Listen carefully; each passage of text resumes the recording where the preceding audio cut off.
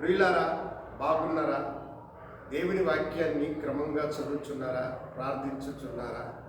నేటి ధ్యాన వాక్యము రోమీలకు రాసినటువంటి పత్రిక 5వ అధ్యాయము 8వ వచనం.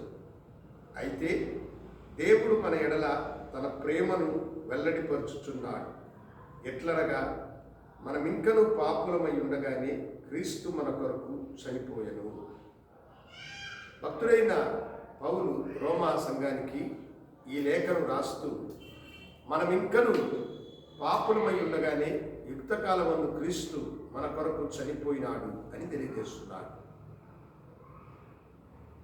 పై వాక్యములో ఆయన అంటాడు, నీతిమంతుని కొరకు సైతము ఒకడు చనిపోవచ్చు, కానీ అనీతివంతులైన పాపులైన మనుషుల కొరకు ఎవరు చనిపోతారు?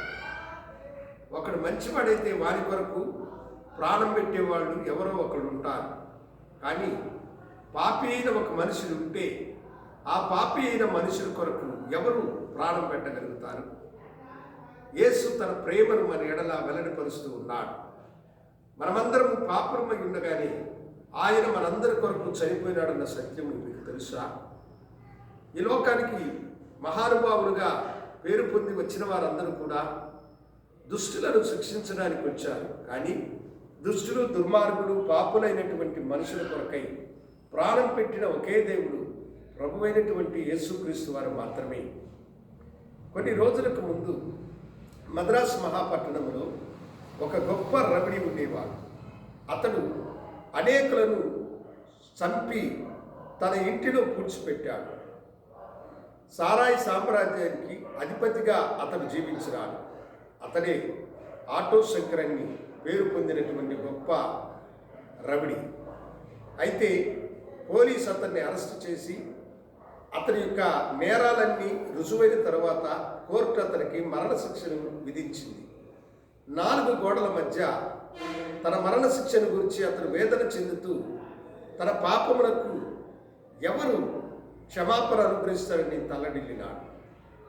అతన్ని దర్శించినటువంటి దైవజనుడు కొందరు యేసు అతని కొరకై తన ప్రాణమును పెట్టినాడని, నీవెంత గొప్ప పాపమైనా నీ పాపములను యేసు దగ్గర ఒప్పుకుంటే నీకు నెమ్మదినిస్తాడని చెప్పిన మాటలు అతని హృదయాన్ని కదిలించినాయి.